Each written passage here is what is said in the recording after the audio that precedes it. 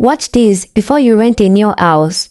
Years before Tunde dreamed of leaving his uncle's place, Block 66 sat quietly at the far end of a dusty street in Ngondo. Its cream and brown walls looked harmless, but old residents knew better.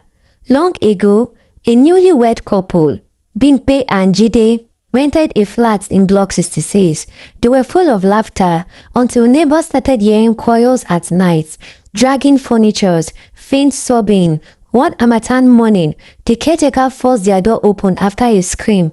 Both lay side by side on the floor, bodies cold, no wounds, no blood. The flat stayed empty for months. Then agents began to rent it out again. Tenants came, stayed a few nights, and always left. It was a sunny Saturday morning in Lagos when Tunde decided it was finally time to move out of his uncle's house. After months of saving from his salary, he decided it was time to rent a small apartment of his own. Independence, freedom, his own space. He called an agent, Mr. Bayo, who promised him a neat, beautiful mini flat, steady water, constant light. Tunde's heart danced. At last, he arrived at the compound in Igondo. The building stood tall, freshly painted cream and brown. The gate was massive, black and shiny, like something from a rich man's estate. Children were playing in the compound, chasing a football. Everyone looked normal. But there was something Tunde did not notice, something no agent would ever tell him, something that would change his life forever. Mr. Bayon led Tunde inside. The apartment smelled of fresh paint, tiles gleaming under fluorescent lights. The window frames were aluminium, brand new. Look at this, the agent said proudly. 2 toilets, big kitchen, security guaranteed, and the landlord is a pastor, very God-fearing man. No wahala here at all. Tunde smiled. He was sold already. How much? He asked. Just 400,000 naira for rent. 100,000 naira for agreement and commission. Very cheap compared to others in this area. Tunde nodded. The price was high for him, but he didn't want to miss the chance. He paid, he collected the key, and that night, he moved in with a small bed, a few clothes, and his dreams. He should have questioned, he should have watched carefully. But excitement blinded him.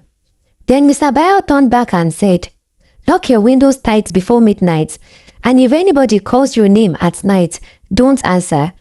Tunde chuckled, and Mr. Bayo kept a straight face. I dey talk true, he said, leaving quickly. That night was quiet, too quiet. No generator noise, no street hustle, no voices, just silence. Tunde loved it. Peace at last, he whispered, drifting off to sleep. But around 2 a.m., he woke up. His eyes fluttered open to the sound of footsteps. Not loud, not heavy, just soft, dragging footsteps in the living room. He sat up. Who's there? He called out. No answer.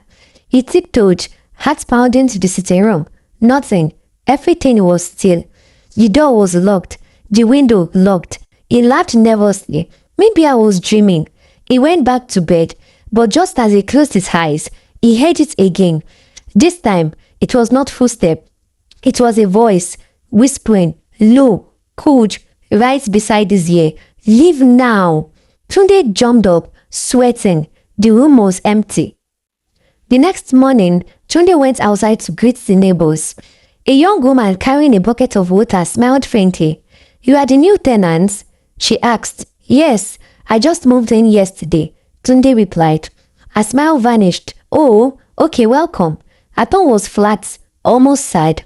Later, as he strode to buy bread, 2 boys whispered behind him. Now the new person be that? He will soon know. Tunde turned sharply. Know what? He asked. The boys ran off. Confused, Tunde asked around, but nobody said anything. They just looked at him with pity. That night, he could not sleep, and then it happened again. Whispers, footsteps, but this time, the kitchen door slammed on its own. Tunde screamed. The next morning, Tunde marched towards the landlord's flat, every step heavy with sleepless frustration. He found the man sitting on a low cane chair beneath a mango tree, dressed in a white agbada that gleamed in the light. A Bible rested on his lap, but he wasn't reading. "Sir," Tunde blurted, trying to steady his voice. "Please, I need to understand what is happening in this house. Strange things keep happening at night. Doors moving, voices whispering, footsteps inside my flat." The landlord slowly turned his head. His eyes, dark and unreadable, locked on Tunde. For a moment, he said nothing, and the silence stretched until he felt like the whole compound was holding its breath. Finally, he spoke, his voice low and calm, almost too calm. "Young man," he said, "you paid. You signed. Whatever you see is your portion. It is your problem. No refunds."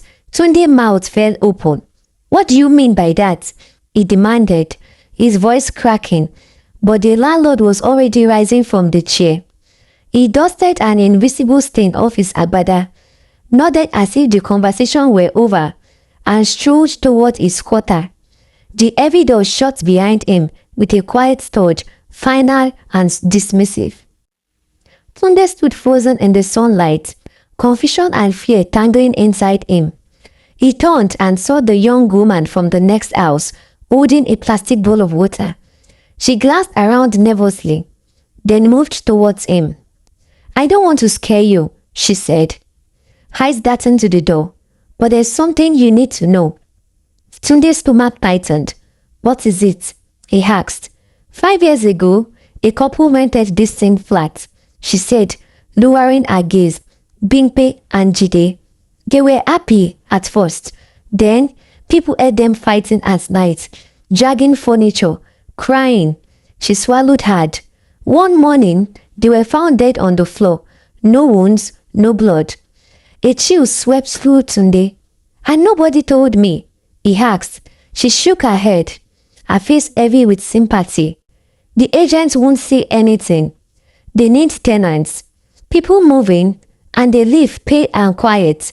You are the 10th person in 2 years." Her words sank in, each one like a stone pulling them deeper. The cheerful little apartment he had dreamed of owning wasn't freedom at all. That night, Tunde prayed harder than ever before. He read psalms aloud, voice shaking as it echoed off the walls. He sprinkled water on the floor, tracing a shaky cross on the door. "God, please protect me," he whispered, over and over, until the words felt dry in his mouth. By 2:45 a.m., the room was silent, too silent. Even the crickets outside were gone. He lay on his bed, eyes fixed on the ceiling, fighting sleep. Then at exactly 3 a.m., the lights flickered, once, twice. The fan gave a slow groan and stopped. A sharp cold filled the room, crawling over his skin like ice water. Tunde's breath came out in white mist. Something shifted at the end of the bed. He forced his eye open wider and froze. A man and a woman stood there, pale, motionless, their faces twisted like they were caught halfway between pain and rage. When they spoke, it wasn't speech, it was hiss, like air escaping through a crack in the wall. "Leave before it is too late." The words sliced through the air, filling every corner of the room. Tunde's heart slammed against his ribs. He scrambled for his bag, hands shaking so hard he almost dropped it. He ran to the door, barefoot, not even bothering to switch on the lights. Behind him, the air seemed to tighten, heavy with something unseen. He didn't dare look back. He ran down the corridor, out into the compound, and didn't stop until Block 66 was a blow behind him, quiet, patient, watching. Weeks later, Tunde was driving through Igodo on a lazy afternoon. As he neared the far end of the road, the sight of a tall black gate made his stomach tighten. Block 66. He slowed, heart knocking gently against his ribs. By the gate stood a cheerful young man, sweating as he dragged the mattress through the opening. Beside him, an agent laughed loudly, tapping him on the back. Tunde gripped the steering wheel, his mouth opened, ready to call out, to say something. A warning, any warning, but no words came out, only silence pressed against his throat. He watched as the young man disappeared inside, still smiling, the gate swinging shut behind him with an easy clang. Tunde's gaze lifted to the building beyond. The cream and brown walls stood quiet under the fading sun. Windows caught the lights, glowing soft gold, but the shadows behind them were dark, still, unreadable. Block 66 did not move. It did not speak. It simply stood there, calm and patient, like a hunter waiting for the next footstep. Tunde pressed the accelerator, forcing himself to drive away. The story of Tunde teaches us that not all that glitters is good. Don't rush, investigate, ask questions, because some houses are not homes, they are cages of secrets. Not every affordable offer is a blessing. When something feels too good to be true, pause, investigate, and ask questions before paying. Before renting a new place, talk to neighbors, research the history of the building, and check for red flags. Ignorance can put you in harm. It teaches us that uneasy feeling, that whisper in your spirit, is often a warning. Don't brush off your instincts. They may save you from hidden danger. Finally, the story of Tunde teaches us that freedom sometimes means letting go. Even after investing your time or money, if a situation threatens your well-being, it is wiser to move than to stay trapped. If Tunde's experience opened your eyes, don't keep it to yourself. Hit that like button, subscribe, and turn on the bell notification so you don't miss any other life-changing story. Share this video with your friends who are house hunting. It might save them from their own Block 66. Also, I wanted to share your house hunting experience in the comment. If you've ever experienced anything like this, you've ever experienced getting an apartment which seemed perfect, but then it had secrets hidden, let me know in the comment section. Thank you so much for watching. I love and appreciate you all. Bye!